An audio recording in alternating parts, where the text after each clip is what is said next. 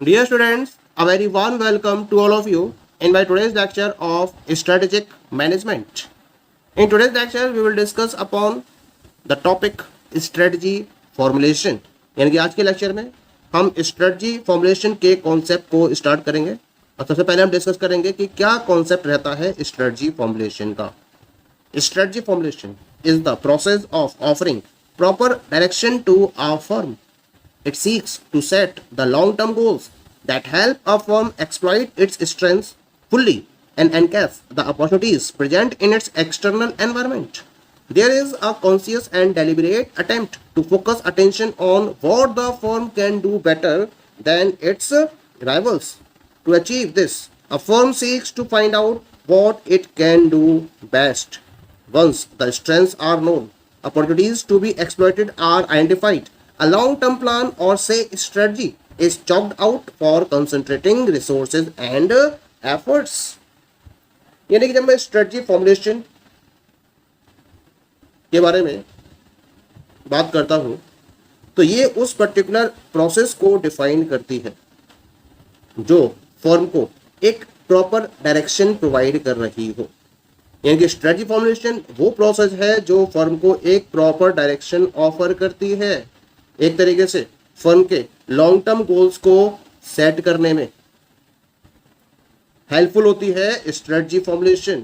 और इसके बेसिस पर जो फर्म है वो अपनी स्ट्रेंथ को फुल्ली एक्सप्लॉइट कर सकती है और इसके एक्सटर्नल एनवायरनमेंट में जितनी भी अपॉर्चुनिटीज अवेलेबल हैं इनको भी एनकैश कर सकती है.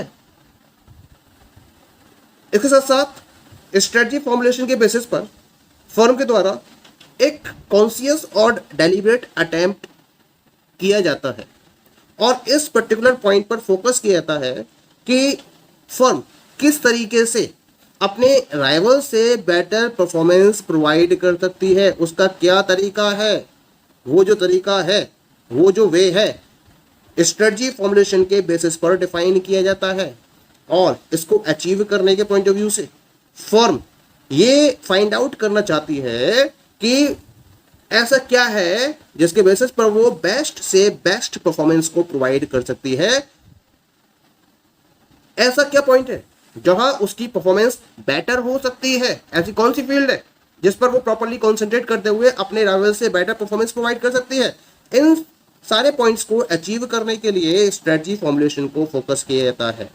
एक बार जब फर्म को यह पता चल जाता है कि उसकी स्ट्रेंथ्स क्या क्या हैं और एक्सटर्नल एनवायरनमेंट में कौन कौन सी अपॉर्चुनिटीज अवेलेबल हैं जिनको एक्सप्लॉइट किया जा सकता है, जब ये इंफॉर्मेशन प्रॉपर्ली अवेलेबल होती है तो फिर जो फर्म है वो अपने रिसोर्सेज और एफर्ट्स को कंसंट्रेट करने के पॉइंट ऑफ व्यू से एक लॉन्ग टर्म प्लान या हम कह सकते हैं एक स्ट्रेटजी को फॉलो करती है जिसे हम स्ट्रेटजी फॉर्मुलेशन का नाम देते हैं.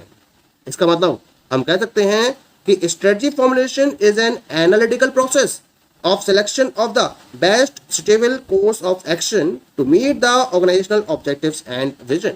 यानी कि ऑर्गेनाइजेशन के ऑब्जेक्टिव्स और विजन को मीट आउट करने के पॉइंट ऑफ व्यू से हमें एक best suitable course of action को फॉलो करना होता है और इसको सिलेक्ट करने की जो एनालिटिकल प्रोसेस होती है इसको हम स्ट्रेटजी फॉर्मुलेशन का नाम देते हैं. तो डेफिनेशन क्लियर हो गई. कुल मिला के ऑर्गेनाइजेशन ने जो ऑब्जेक्टिव्स और विजन सेट कर रखे हैं इनको अचीव करने के लिए इसको एक सुटेबल कोर्स ऑफ एक्शन की रिक्वायरमेंट है और जो best suitable course of action है इसको सिलेक्ट करने के लिए एक प्रॉपर एनालिटिकल प्रोसेस फॉलो की जाती है जिसे हम स्ट्रेटजी फॉर्मुलेशन के नाम से जानते हैं. That is very clear to all of you. It is one of the step of the strategic management process. The strategic plan allows an organization to examine its resources, provides a financial plan and establishes the most appropriate action plan for increasing profit. यानी कि देखा जाए तो हमने starting में strategic management process को discuss किया था. स्ट्रेटजिक मैनेजमेंट प्रोसेस का जो पहला स्टेप है वो क्या है, वन ऑफ द स्टेप क्या है, that is the strategy formulation. ये सब एक स्टेप रहता है स्ट्रेटजिक मैनेजमेंट प्रोसेस का. और स्ट्रेटजिक प्लान के बेसिस पर कोई भी ऑर्गेनाइजेशन अपने रिसोर्सेज को प्रॉपर्ली एग्जामिन कर सकती है. स्ट्रेटजिक प्लान ऑर्गेनाइजेशन के लिए एक फाइनेंशियल प्लान भी प्रोवाइड करता है और अपने प्रॉफिट को इंक्रीज करने के लिए मोस्ट एप्रोप्रिएट एक्शन प्लान को भी एस्टेब्लिश करने में हेल्पफुल रहता है। तो ये इंपॉर्टेंस रहती है स्ट्रेटजी फॉर्मुलेशन की। Now we will discuss about the factors affecting strategy formulation, यानी कि स्ट्रेटजी फॉर्मुलेशन को अफेक्ट करने वाले डिफरेंट फैक्टर्स, या फिर जब हम स्ट्रेटजी फॉर्मुलेशन को फॉलो करते हैं तो उस केस में हमें किन किन पर्टिकुलर फैक्टर्स को कंसीडर करना चाहिए, उनके बारे में हम एक प्रॉपर डिस्कशन करेंगे यहाँ पर। क्योंकि स्ट्रेटजी फॉर्मुलेशन में हम क्या करते हैं, सेवरल अल्टरनेटिव स्ट्रेटजीज में से मोस्ट एप्रोप्रिएट स्ट्रेटजी को सिलेक्ट करते हैं, जिससे कि बेस्ट वे में एंटरप्राइज के ऑब्जेक्टिव्स और विजन को सर्व किया जा सकता है। और इसी वजह से एक गुड स्ट्रेटेजिक ऑप्शन को चूज करने के लिए हमें नंबर ऑफ फैक्टर्स को केयरफुल वे में एग्जामिन करना होता है। तो कौन कौन से हैं ये factors? So let us have a discussion over these particular factors. Among these factors, the very first one is environmental constraints। सबसे important जो फैक्टर है वो रहता है environmental constraints के नाम से। The dynamic element of environment affect the way in which choice of strategy is made. The survival and prosperity of a firm depend largely on the interaction of the element of environment such as shareholders, customers, suppliers, competitors, the government and the community. These constraints or elements constitute the external constraints. The flexibility in strategy formulation is often governed by the extent and degree of the firm's dependence on the environment. यानी कि जब हम environmental constraints की बात करते हैं तो ये एक डायनामिक एलिमेंट होता है, यानी कि इसमें रेगुलर बेसिस पर चेंजेस होते ही रहते हैं। और जब हम स्ट्रेटजी को चॉइस करते हैं या स्ट्रेटजी फॉर्मुलेशन को फोकस करते हैं तो हमें इसको प्रॉपर्ली कंसीडर करना सबसे ज़्यादा जरूरी है। किसी पर्टिकुलर फर्म का जो सर्वाइवल है या जो प्रॉस्पेरिटी है वो इस पर्टिकुलर पॉइंट पर डिपेंड करती है कि उसका अपने एनवायरनमेंट के डिफरेंट एलिमेंट के साथ में किस तरीके का इंटरेक्शन है। अब इसके एनवायरनमेंट के एलिमेंट में कौन कौन से एलिमेंट्स आते हैं, जैसे इसके शेयर होल्डर्स हैं, कस्टमर्स हैं, सप्लायर्स हैं, कॉम्पिटिटर्स हैं, गवर्नमेंट और कम्युनिटी। तो इनसे इसका इंटरेक्शन किस तरीके से है इस पॉइंट पर डिपेंड करेगा उसकी सर्वाइवल और उसकी प्रॉस्पेरिटी। और इन पर्टिकुलर एलिमेंट्स को हम एक्सटर्नल कंस्ट्रेंट्स की कैटेगरी में रखते हैं या इनको हम एक्सटर्नल कंस्ट्रेंट्स का नाम देते हैं। किसी पर्टिकुलर फर्म की जो स्ट्रेटजी फॉर्मुलेशन की फ्लेक्सिबिलिटी है वो प्रॉपर्ली इस पर्टिकुलर पॉइंट पर डिपेंड करती है कि फर्म की अपने एनवायरनमेंट के साथ में किस लेवल की डिपेंडेंस है। जितनी ज़्यादा डिपेंडेंस फर्म की अपने एनवायरनमेंट से रहेगी उतना ही इन पर्टिकुलर फैक्टर्स को कंसीडर करना होगा। और क्योंकि ये फैक्टर्स कैसे होते हैं, डायनामिक होते हैं, इनमें रेगुलर चेंजेस होते हैं, इसी वजह से इनको प्रॉपर्ली कंसीडर करते हुए ही स्ट्रेटजी को प्रॉपर्ली फॉर्मुलेट किया जाना चाहिए। That is clear. Second one is that is the dynamism of market sector. Because the strategy formulation is affected by the relatively volatility of market sector the firm chooses to operate in. जिस market में firm operate कर रही है उसमें अगर किसी भी type का कोई भी चेंज हो रहा है, अगर मार्केट हाई वॉलेटाइल है तो स्ट्रेटजी फॉर्मुलेशन पर उसका अफेक्ट पड़ना दैट इज वो लाजमी है ही, पड़ेगा ही पड़ेगा। फर्क मार्केट की रिलेटिव वॉलेटिलिटी का कंप्लीट अफेक्ट पड़ता है स्ट्रेटजी फॉर्मुलेशन पर। For example, a firm which obtains bulk supply of its raw material in a competitive market will have greater flexibility in its strategic choice rather than another firm which has to depend for its suppliers on an oligopolistic market. हम दो particular firms की बात कर रहे हैं, दो अलग अलग इंडस्ट्री में। एक फर्म है उस इंडस्ट्री में ऑपरेट कर रही है जहां उसे रॉ मटेरियल की रिक्वायरमेंट है और उसके लिए बल्क में सप्लायर्स अवेलेबल हैं।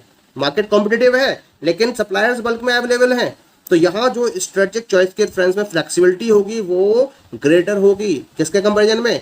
उस पर्टिकुलर फर्म के कंपैरिजन में जो ऐसे मार्केट में ऑपरेट कर रही है जहां उसको सप्लाईज के रिलेशन में ओलिगोपोलिस्टिक मार्केट पर टोटली डिपेंडेंट होना पड़ता है। यानी कि बहुत कम सप्लायर्स मार्केट में अवेलेबल हैं, इसी वजह से उसके पास स्ट्रेटेजिक चॉइसेस कम होंगी। तो डिपेंडेंस हो गई, यानी कि मार्केट की वॉलिडिटी पर डिपेंड करेगी कि जो फ्लेक्सिबिलिटी है स्ट्रेटजी में वो किस लेवल की होगी, किस डिग्री की होगी। That is clear. Now come to the next point. The third point is the intra organizational factors. Organizational factors such as organizational mission, strategic intent, goals, business definition, resources, policies, and so on affect strategy formulation.